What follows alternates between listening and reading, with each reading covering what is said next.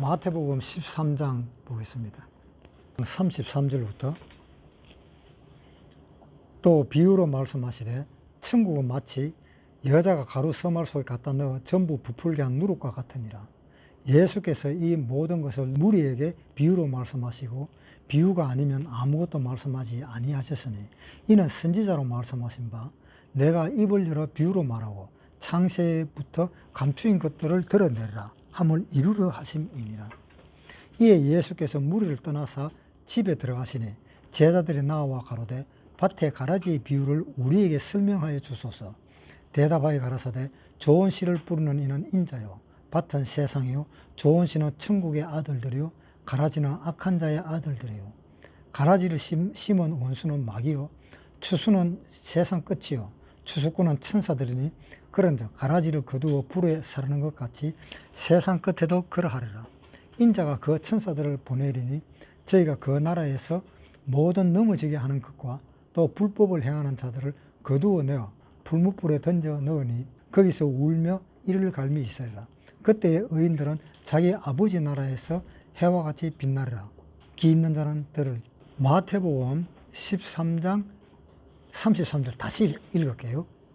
또 비유로 말씀하시되 천국은 마치 여자가 가루 서말 속에 갖다 넣어 전부 부풀게 한 누룩과 같으니라. 앞전에는 보면은 천국은 겨자씨 하나를 갖다 겨자씨가 자라서 큰 나무가 되는 것. 그래서 공중의 새가 그 가지에 깃들이는 그렇게 크게 되는 것이 천국이다라고 이야기를 했습니다. 여기서는 가루 서말 속에다가 누룩을 넣어서 전부 부풀게 한 것과 같다라고 이야기를 했습니다. 누룩은 부풀게 하는 것이기 때문에 그 부풀게 하는 것은 본래의 것을 부풀게 하는 것보다는 그 다른 어떤 물질이 들어와서 부풀게 해버리는 겁니다. 그래서 다른 물질이 들어온다는 것이 바로 무슨 뜻인가 하면은 그 다른 물질은 순수성이 없다는 뜻입니다. 순수한 물질이 부푸는 것은 괜찮지만은 다른 물질, 순수하지 않는 그 다른 물질이 들어와서 그 순수한 것과 섞여버려가지고 부풀게 되어버리면은 이것은 순수하지 못한 것이다. 이렇게 되어 있습니다. 그래서 고린도전서에 한번 보겠습니다. 고린도전서 5장 6절 너희의 자랑하는 것이 옳지 아니하도다.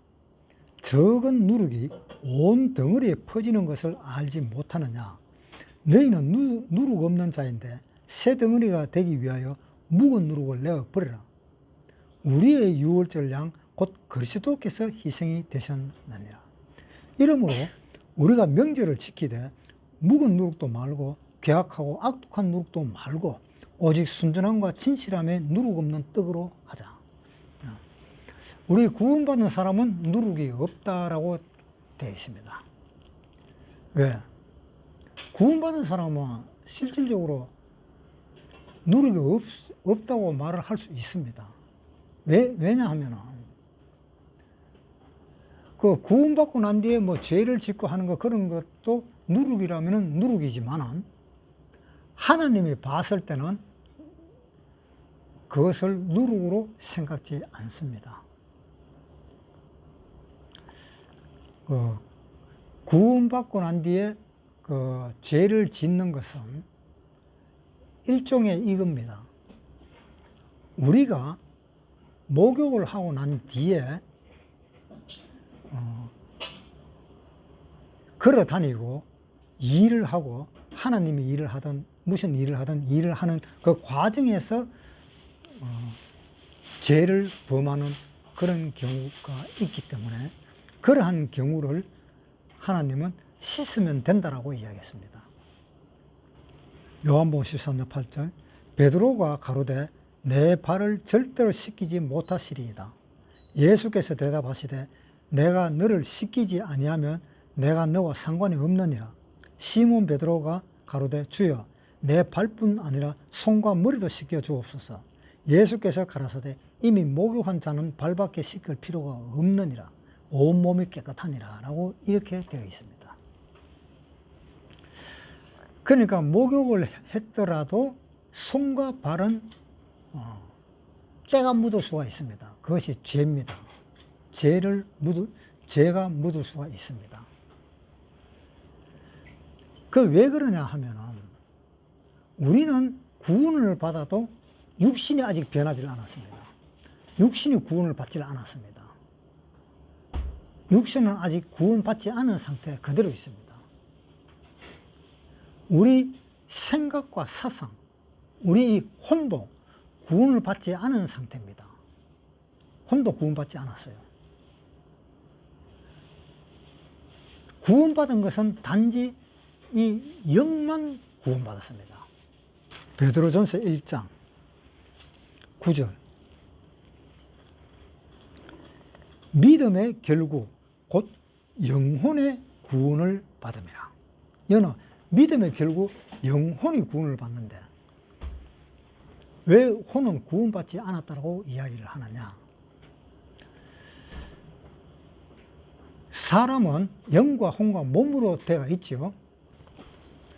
데살로니가 전서 5장 평강의 하나님이 친히 너희로 온전히 거룩하게 하시고 또 너희 온 영과 혼과 몸이 우리 주 예수 그리스도 강림하실 때 흠없게 보존되기를 원하노라. 여기는 영과 혼과 몸 이렇게 세 가지로 분리되어 있습니다. 그래서 사람은 원래 영과 혼과 몸으로 되어 있습니다. 영이라는 것은 우리가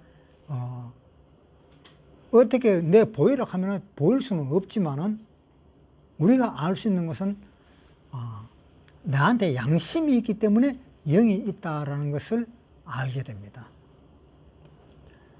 뭐든지 그렇잖아요. 우리가 집에서 음식을 해 먹을 때 가스불을 켠다. 가스를 우리가 눈으로 확인합니까? 확인이 되는 거예요? 확인 안 되잖아요. 그런데 불이 붙습니다. 그것을 뭐로 알 수 있습니까? 가스를 냄새로 알 수 있습니다. 어떤 집에 들어가면은 왜 이렇게 가스 냄새 나지? 이렇게 냄새로 확인합니다. 그러면 그 방 안에는 가스가 찼다는 뜻입니다. 그러면 창문을 열고 환기를 시키고 그 가스를 사용을 해야 됩니다. 그렇듯이 그 가스를 보여줄 수는 없지만 냄새로 알 수 있는 것과 같이 우리 영은 보여줄 수는 없지만은 우리 양심을 가졌다는 것을 알므로 우리 영이 있다는 것을 알게 됩니다. 그래서 동물들은 영이 없기 때문에 그 양심이 없는 것입니다. 그리고 이제 혼은 영과 혼이 너무 가깝게 밀착되어 있습니다. 아주 가깝게. 영 바로 위에 싸고 있는 것이 혼입니다. 그래서 영혼이라고 합니다. 아주 가깝게 밀착되어 있기 때문에. 그래서 영혼이라고 그러는데 이 혼은 정확하게 말하면 아직 우리는 구원을 받았지만은 영만 구원을 받았지 아직 혼은 구원을 받지 못했습니다. 그래서 혼은 생각, 사상 이런 것들입니다. 그래서 이 동물들도 혼은 다 있습니다. 동물들도 왜 혼이 있느냐 하면은 동물도 생각하고 하는 것이 있기 때문에 어떤 밥을 주면은 주인이 밥을 주는구나. 또 내가 어떠한 일을 하니까 주인이 음식을 주는 거구나. 그래서 다음에 먹고 싶을 때 내가 어떠한 행동을 해야만이 내가 음식을 받아 먹겠구나 라는 것을 이 동물들도 그것을 생각할 줄 압니다. 그래서 동물들도 혼은 있습니다. 그 다음 몸입니다. 육신입니다. 육체도 구원을 받지 못했습니다. 그래서 바울이 그 육체가 구원을 받지 못했고 혼도 구원을 받지 못했으니까 그렇게 고민하는 장면이 로마서에 나옵니다. 로마서 7장 14절. 우리가 율법은 신령한 줄 알거니와 나는 육신에 속하여 죄 아래 팔렸도다. 나의 행하는 것을 내가 알지 못하노니 곧 원하는 이것은 행하지 아니하고 도리어 미워하는 그것을 함이라. 내가 원하는 이것을 행하지 않는다. 나는 선을 행해야 되는데 선을 행하지 않고 오히려 미워하는 죄를 행한다라고 이야기되어 있습니다. 만일 내가 원치 아니하는 그것을 행하면 내가 이로 율법에 선한 것을 시인하노니 이제는 이것을 행하는 자가 내가 아니요 내 속에 거하는 죄니라. 자, 나는 그렇게 죄를 범하고 싶지 않았는데 자꾸 죄를 범하게 된다. 그것이 바로 뭐냐? 내 속에 거하는 죄가 자꾸 죄를 짓도록 만든다는 이야기입니다. 18절에 내 속, 곧 내 육신에 선한 것이 거하지 아니한 줄을 아노니 원하면 내게 있으나 선을 행하는 자는 없도다. 자, 내 속, 곧 내 육신에 선한 것이 없다라는 것을 바울은 알았던 겁니다. 내 육신 속에는 선한 것이 없구나라는 것을 알았습니다. 내가 원하는 바 선은 하지 아니하고 도리어 원치 아니하는 바 악은 행하는도다. 내가 내 마음, 내 양심, 내 영혼은 오히려 선을 행하고 싶은 마음은 그렇게도 많은데도 이상하게 하는 짓거리마다 전부 다 악을 행하는 것밖에 없다라는 이야기입니다. 그래서 20절 만일 내가 원치 아니하는 그것을 하면 이를 행하는 자가 내가 아니요 내 속에 거하는 죄니라.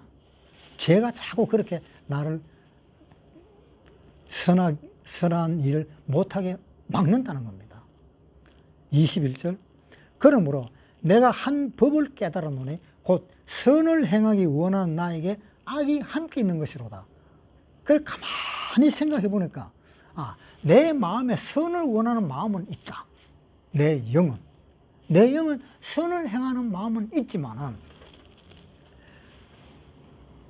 악이 함께 있다. 내 육신과 내 혼에 악을 원하는 마음이 내 마음에 같이 들어있다는 것을 알았다는 겁니다.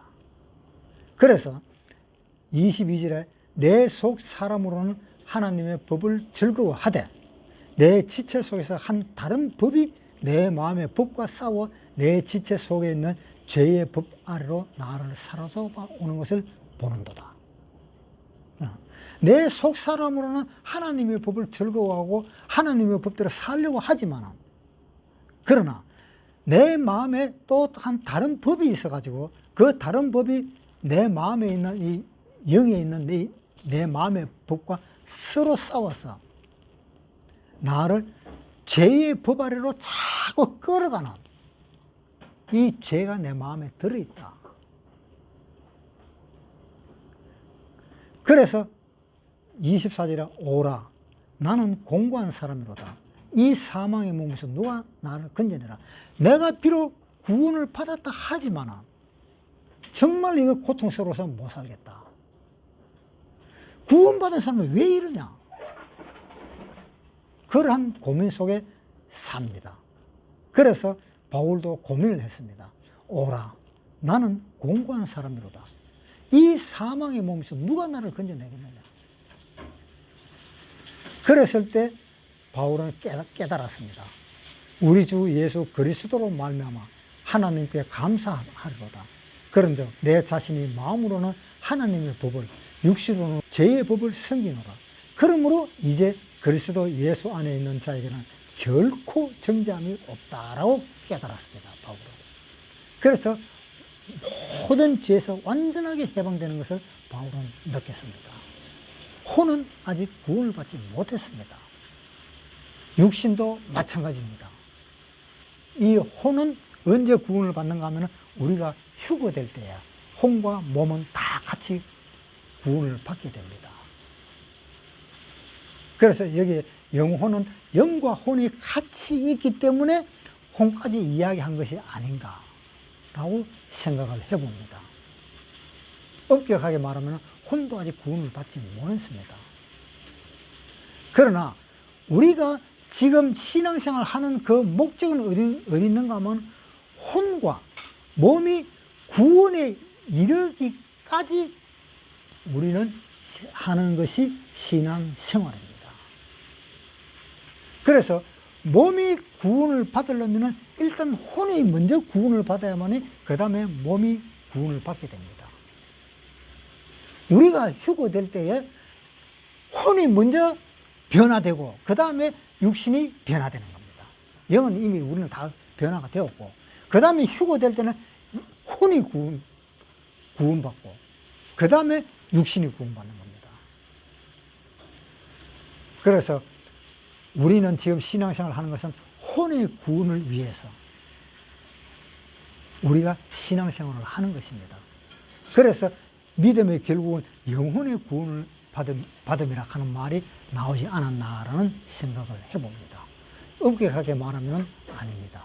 엄격하게 말하면 혼은 아직 구원받지 못했습니다. 육도 구원을 받지 못했고요. 마태복음 13장 33절 또 비유로 말씀하시되 천국은 마치 여자가 가루 서말 속에 갖다 넣어 전부 부풀게 한 누룩과 같으니 이 누룩은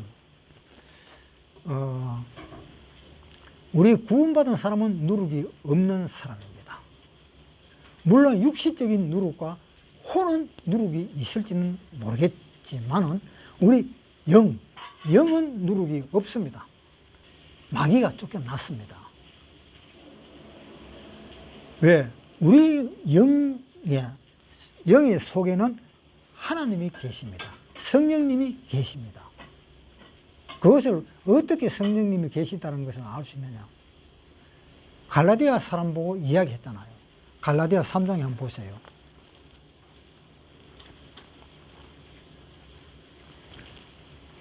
갈라디아 3장 1절부터 읽을게요.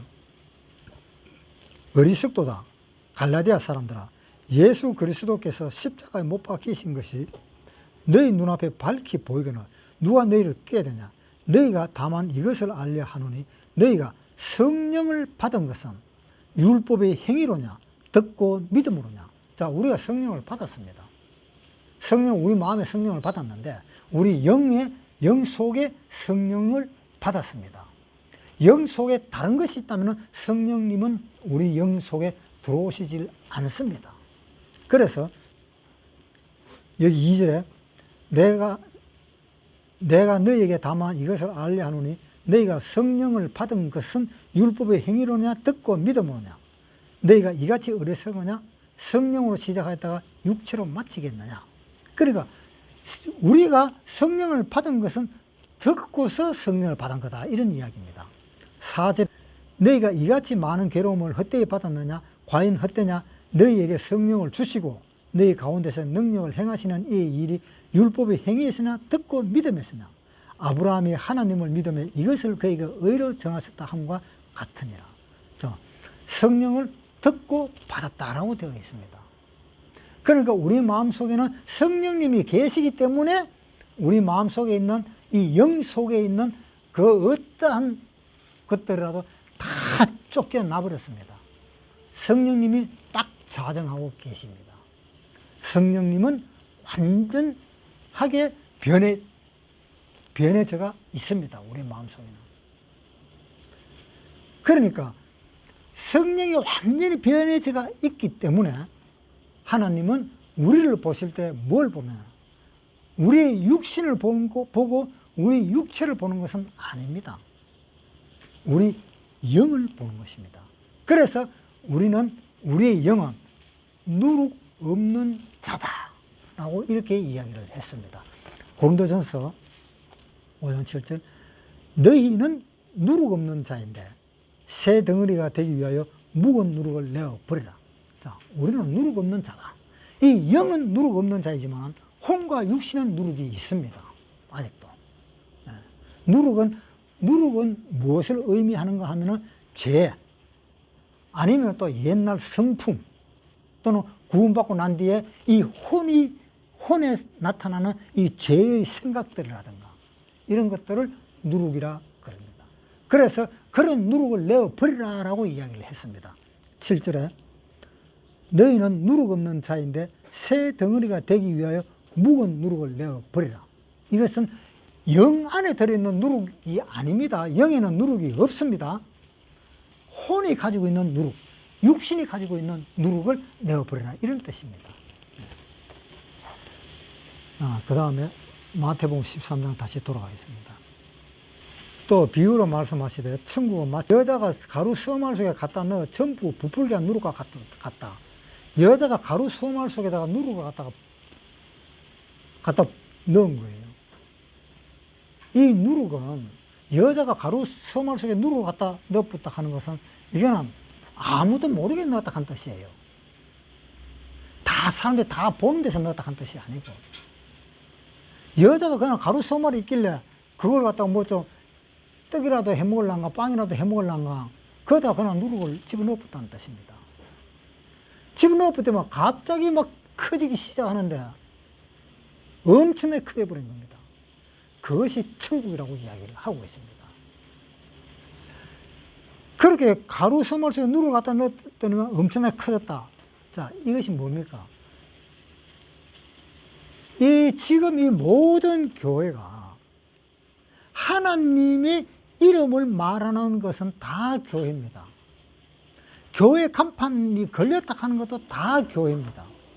교회 간판이 없더라도 교회라 하는 말만 나오는 그것은 다 교회입니다. 이 교회가 얼마나 커집니까? 어마어마하게 커집니다. 왜? 여자가 가루 수어말 속에 누룩을 집어넣어 버렸으니까.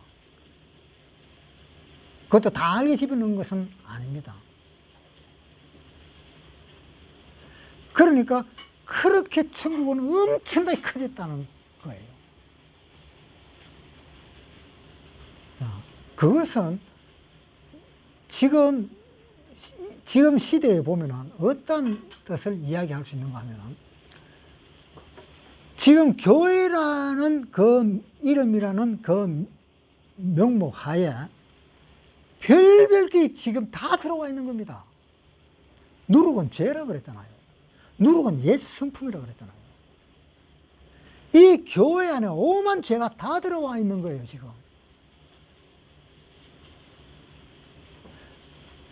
그러니까 교회라 하는 이름으로 죄를 짓는 사람과 죄를 짓는 교회고, 뭐 그런 교회들도 있고, 또 순전한 교회도 있습니다. 그것이 다 짬뽕이 된 겁니다. 다 짬뽕이 돼서. 다 짬뽕이 돼가지고 그 큰 교회가 이루어진 겁니다. 지금 교회가 얼마나 커졌습니까? 세계적으로 보면은 지금 아프리카까지 다 지금 들어가 있습니다. 저 중국, 지금 이북까지도 다 교회가 다 들어가 있습니다. 그렇게 부풀게 한 누룩과 같다. 그래서 이 교회가 부풀고 나면은 이제 부풀 대로 부풀어졌습니다, 지금. 부풀 대로 부풀어져서 이제 남은 것은 뭐냐? 한마디로 교회 통합. 그 시대가 지금 벌써 다 왔습니다. 이제 하나님이 말씀하시는 그러한 것들은 거의 다 왔습니다, 지금. 거의 다 왔고, 이제 그 마귀가 행사를 하면은 될 정도까지 왔었습니다. 데살로니가 후서 2장 3절, 누가 아무렇게 하여도 너희가 미혹하지 말라. 먼저 배도하는 일이 있고 저 불법의 사람들 곧 멸망의 아들들이 나타나기 전에는 이르지 아니하리니 저는 대적하는 자라.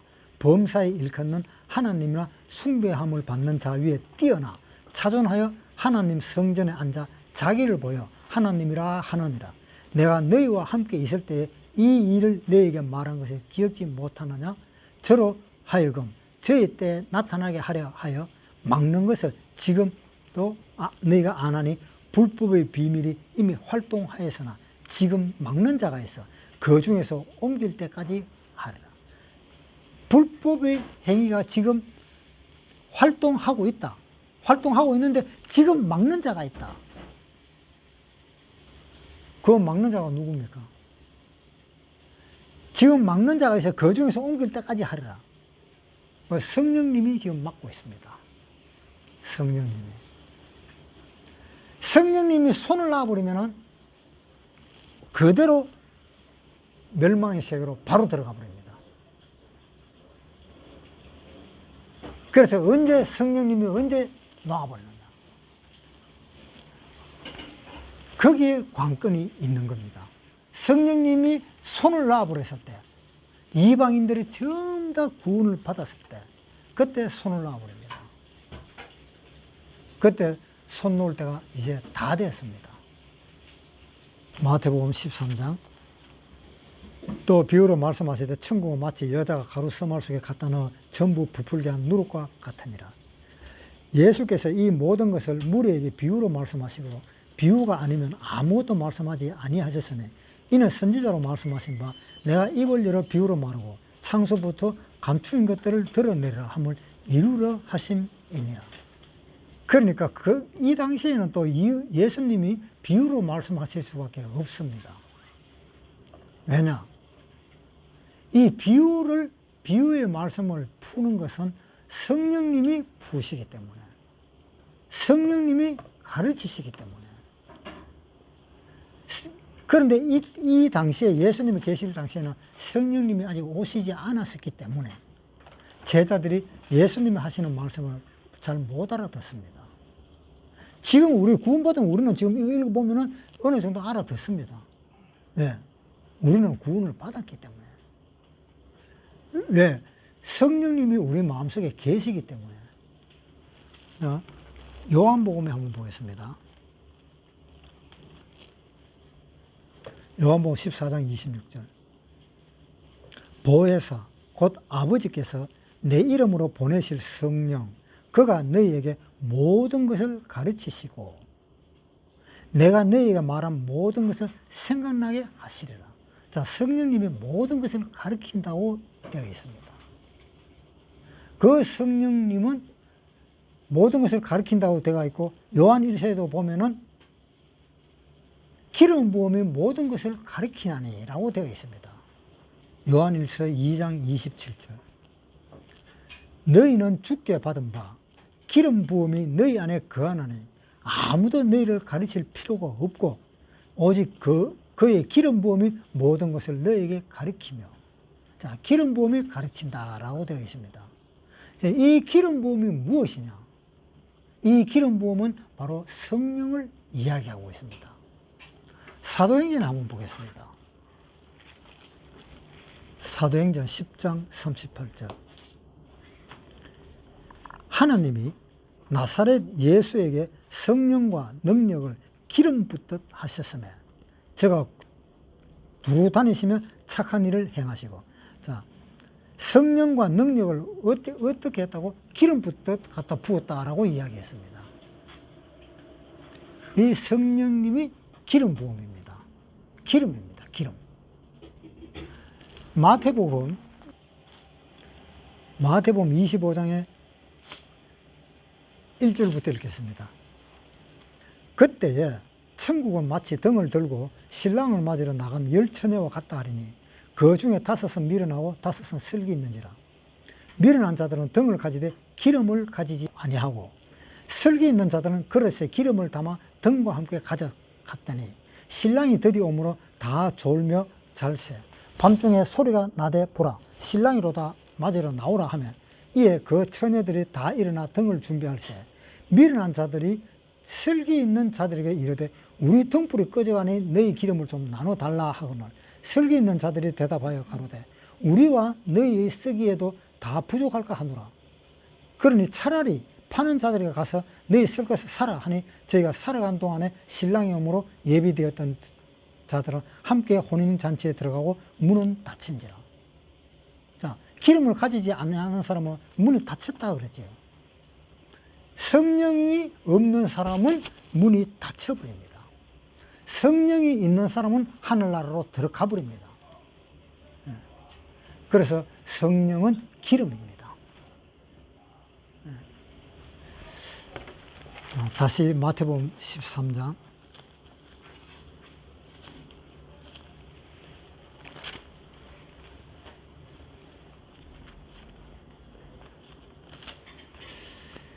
예수께서 이 모든 것을 우리에게 비유로 말씀하시고 비유가 아니면 아무것도 말씀하지 아니하셨으니 이는 선지자로 말씀하신 바 내가 입을 열어 비유로 말하고 창세로부터 감추인 것들을 드러내라 함을 이루려 하심이니라. 그러니까 이 예수님이 말씀하신 것을 비유로 말씀하니까 이 제자들이 못 알아듣는 겁니다. 그래서 다시 비유를 해달라고 이야기를 하는 겁니다. 자, 36절에 이에 예수께서 무리를 떠나 집에 들어가시니 제자들이 나와 가로되 밭에 가라지 비유를 우리에게 설명하여 주소서. 자, 그러니까 이 가라지 비유를 설명해 달라고 하는데 우리가 보면 굉장히 쉽잖아요. 왜냐? 성령님이 오셨기 때문입니다. 성령이 우리 마음에 계시기 때문입니다. 구원받지 못한 사람은 이 제자들이 묻듯이 예수님한테 물어야만이 알 수가 있습니다. 성령을 받지 않은 사람은, 구원을 받지 않은 사람은. 요한복음 14장이네요. 14장 25절. 내가 아직 너희와 함께 있어서 이 말을 너희에게 하였거니와 보혜사 곧 아버지께서 내 이름으로 보내실 성령 그가 너희에게 모든 것을 가르친다. 내가 너희에게 말한 모든 것을 생각나게 하시리라. 이 성령이 하는 겁니다. 그러니까 그것을 성령이 하신다는 것을 예수님이 그 베드로에게도 그런 말을 했습니다. 마태복음 16장 16절. 시몬 베드로가 대답하여 가로되 주는 그리스도시요 살아계신 하나님의 아들이시니이다. 예수께서 대답하여 가라사대 바요나 시몬아 내가 복이 있도다. 이를 너에게 알게 한 이는 혈육이 아니요 하늘에 계신 내 아버지이시니라. 하늘에 계신 아버지가 베드로를 통해서 알게 했다는 이야기입니다. 베드로가 똑똑해서 알았다는 것이 아닙니다. 예수님이 바로 이야기했습니다. 이것을 알게 한 이는 바로 네 혈육이 아니고 네도 아니고 하늘에 계신 네 아버지다라고 이야기를 했습니다. 지금은 예수님은 그리스도시다 하는 말, 예수가 누구시냐 하면 지금 예수님은 하늘에 계신 하나님의 아들이십니다. 이렇게 대답하는 사람은 없습니다. 지금은. 예수님이 누구냐 하면 하나님의 아들이지. 이렇게 말하는 사람은 없어요.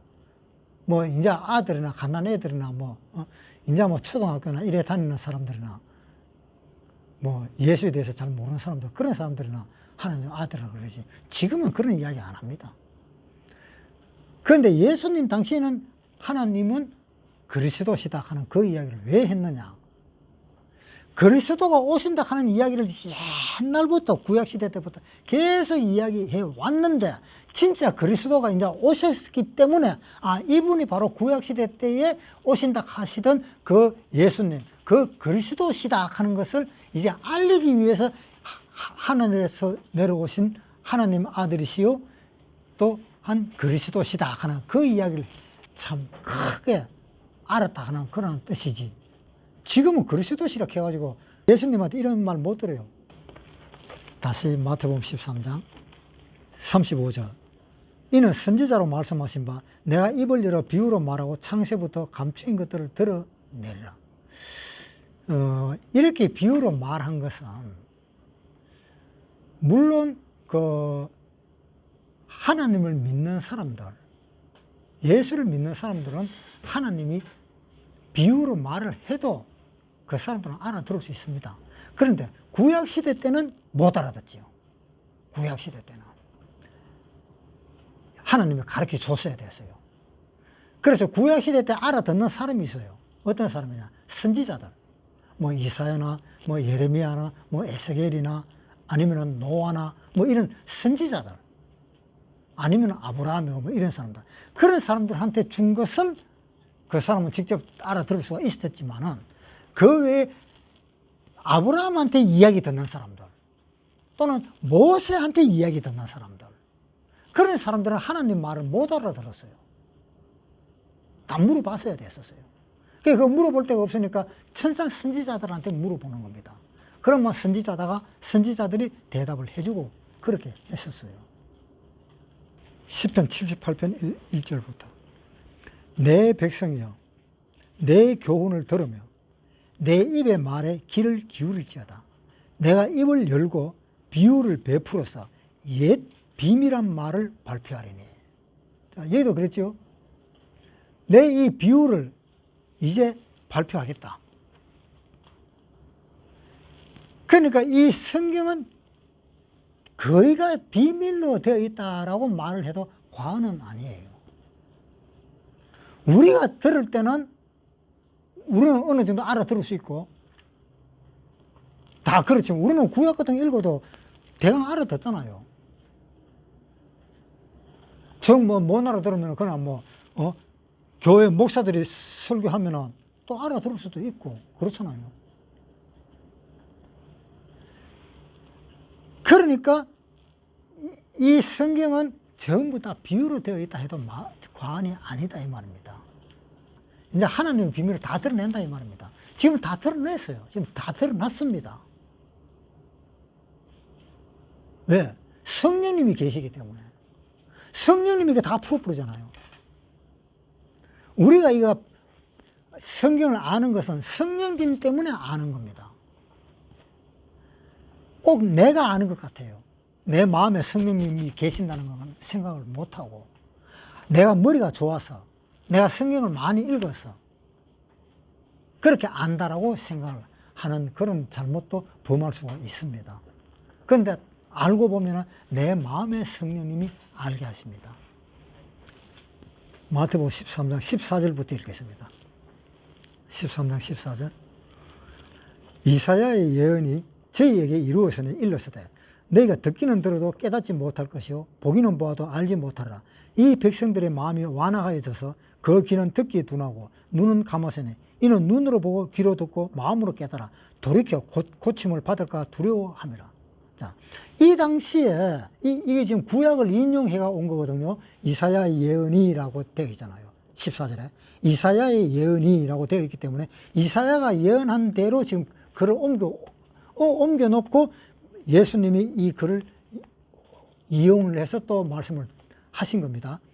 그 이사야의 예언이 이때 이사야가 계실 때 예수님이 태어나기 한 700년 전에 이 예언을 했습니다. 이사야가.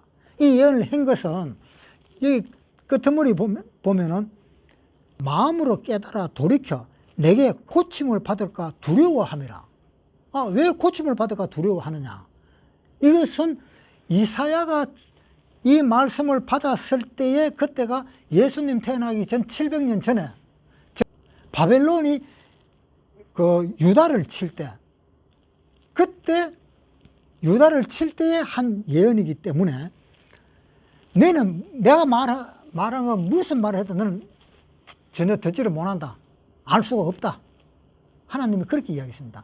또 네가 자꾸 내 말을 자꾸 듣고 보고 해가지고 깨달을까 봐 내가 겁이 난다.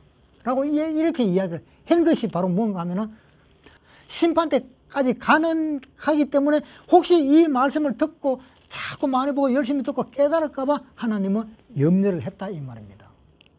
그런데 실상은 이것은 많이 보고 깨달은 사람이 없었던 거예요. 없었기 때문에 하나님이 이렇게 이야기를 한 겁니다. 취소도 안 시키고. 그래 그 말을 이제 신약시대 때 예수님 와서 이 말씀을 들고 이제 이야기를 하시는 겁니다. 하실 때 마음으로 깨달아 돌이켜 내게 고침을 받을까 두려워함이라. 이 이야기는 옛날에 지금부터 2000년도 넘게 2500년경 그때에 고침을 받을까 두려워했지 지금은 고침을 받을까 두려워한 것이 아니다 이 말입니다. 그러면 여기 이 말을 왜 끄잡아냈느냐? 보고 듣고 자꾸 하다가 보면은 고침을 받을 수 있다라는 뜻입니다. 이게 지금은 해석이 그렇게 되는 거예요. 그래서 구원받지 않은 사람일지라도 성경을 통달을 하면은 알 수가 있다라는 뜻입니다. 그런데 구원을 받지 않은 사람이 그렇게 하면은 고침을 받을 수 있을지는 몰라도 그렇지 않고는 절대로 고침을 못 받는다는 이야기입니다. 구원받은 사람은 한두 번만 읽어보면 알게 되어 있습니다. 구원받은 사람은 조금만 신경 써서 봐도 알 수가 있게 되어 있습니다. 자, 35절에 이는 선지자로 말씀하신 바 내가 입을 열어 비유로 말하고 창세로부터 감추인 것을 드러내리라. 이에 예수께서 무리를 떠나 집으로 들어가시니 제자들이 나와 가로되 밭에 가라지 비유를 우리에게 설명하여 주소서. 대답하여 가라사대 좋은 씨를 뿌리는 자는 인자요 밭은 세상이요 좋은 씨는 천국의 아들들이요 가라지는 악한 자의 아들들이요 가라지를 심는 자는 심는 원수는 마귀요 추수 때는 세상 끝이요 추수꾼은 천사들이니 그런즉 가라지를 거두어 불에 사는 것 같이 세상 끝에도 그러하리라. 인자가 그 천사를 보내리니 저희가 그 나라에서 모든 넘어지게 하는 것과 또 불법을 행하는 자들을 거두어내어 풀무불에 던져 넣으리니 거기서 울며 이를 갈며 있으리라. 그때의 의인들은 자기 아버지와 아버지 나라에서 해와 같이 빛나라. 귀 있는 자는 들으라. 그런데 여기에서 문제가 하나를 생각을 해봐야 됩니다. 가라지하고 곡식하고 같이 자라게 두으라 그랬습니다. 세상 끝날 때까지 같이 자라게 두으라. 자, 그러면 여기에서 문제가 발생됩니다. 무슨 문제가 발생될까요? 구원받은 사람이 구원 안 받은 사람 보고 이제 환장을 합니다. 와, 미치겠네. 나는 구원을 받았고 하나님 말씀대로 한다고 열심히 살고 살았는데 물론 중간에 그렇게 못 살 때도 있지만 그래도 저 사람보다는 내가 하나님을 더 생각하고 더 열심히 살고 더 어려운 것도 더 끈질기게 견디면서 살았는데 왜 이렇게 힘이 드는지 살기가. 그런데 저 사람들은 얼마나 돈을 잘 버는지 참 보기만 봐도 사람이 성질날 정도로 돈도 잘 벌지 어려운 일도 없이 잘 해결되지. 모든 것들 보면 일이 선선하고 다 잘 되는 거야.